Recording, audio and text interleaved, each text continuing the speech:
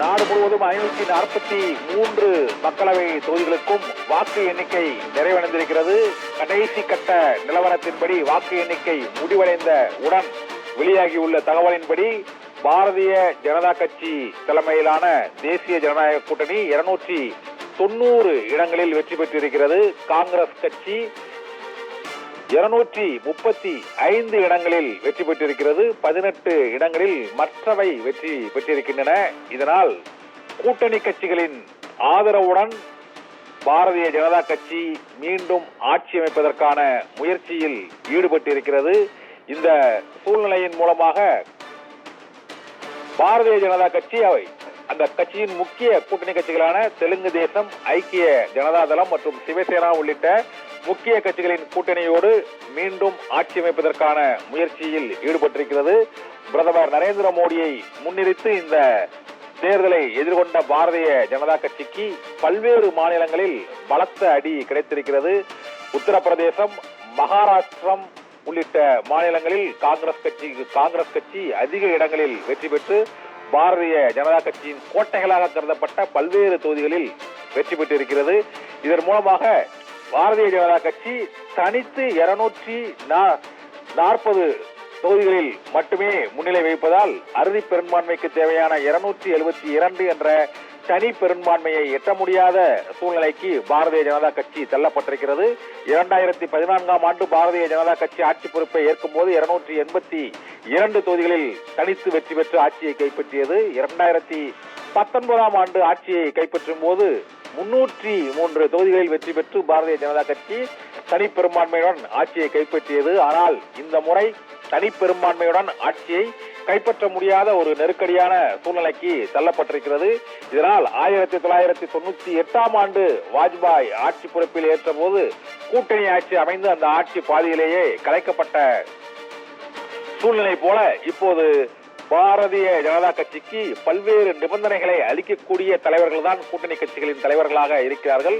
ஐக்கிய ஜனதா தளம் மற்றும் லோக் ஜனசக்தி, சிவசேனா, ஷிண்டே பிரிவு ஆகிய கட்சிகளின் ஆதரவின்றி பாரதிய ஜனதா கட்சியால் ஆட்சி அமைக்க முடியாத சூழ்நிலை ஏற்பட்டிருக்கிறது.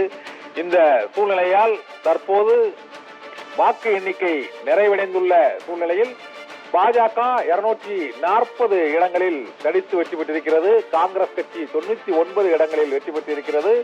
சமாஜ்வாடி கட்சி 37 இடங்களில் உத்தரப்பிரதேச மாநிலத்தில் வெற்றி பெற்றிருக்கிறது. மேற்கு வங்க மாநிலத்தில் திரிணாமுல் காங்கிரஸ் கட்சி 29 இடங்களில் வெற்றி பெற்றிருக்கிறது.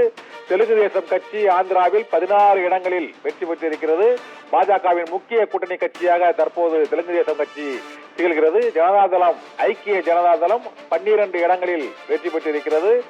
சிவசேனா, உத்தவ் தாக்கரே பிரிவு 9 இடங்களில் வெற்றி பெற்றிருக்கிறது. தேசியவாத காங்கிரஸ் கட்சியின் சரத்பவார் பிரிவு 8 இடங்களில் வெற்றி பெற்றிருக்கிறது. சிவசேனா ஷிண்டே பிரிவு 7 இடங்களில் வெற்றி பெற்றிருக்கிறது. இதனால் கூட்டணி கட்சிகளின் ஆதரவை நாடி பாரதிய ஜனதா கட்சி ஆட்சி அமைப்பதற்கான முயற்சிகளில் ஈடுபட்டிருக்கிறது.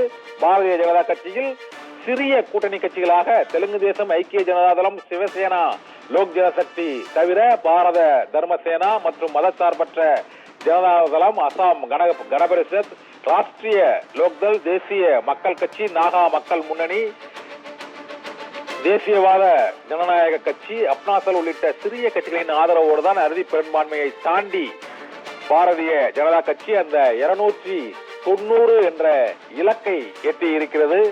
இருந்த போதிலும் காங்கிரஸ் கட்சி 235 இடங்களில் வெற்றி பெற்றிருக்கிறது. மற்ற கட்சிகள் 18 இடங்களில் வெற்றி பெற்றிருக்கின்றன. இதனால் வலுவான எதிர்க்கட்சியாக காங்கிரஸ் கட்சி நாடாளுமன்றத்தில் நுழையக்கூடிய சூழ்நிலை ஏற்பட்டிருக்கிறது.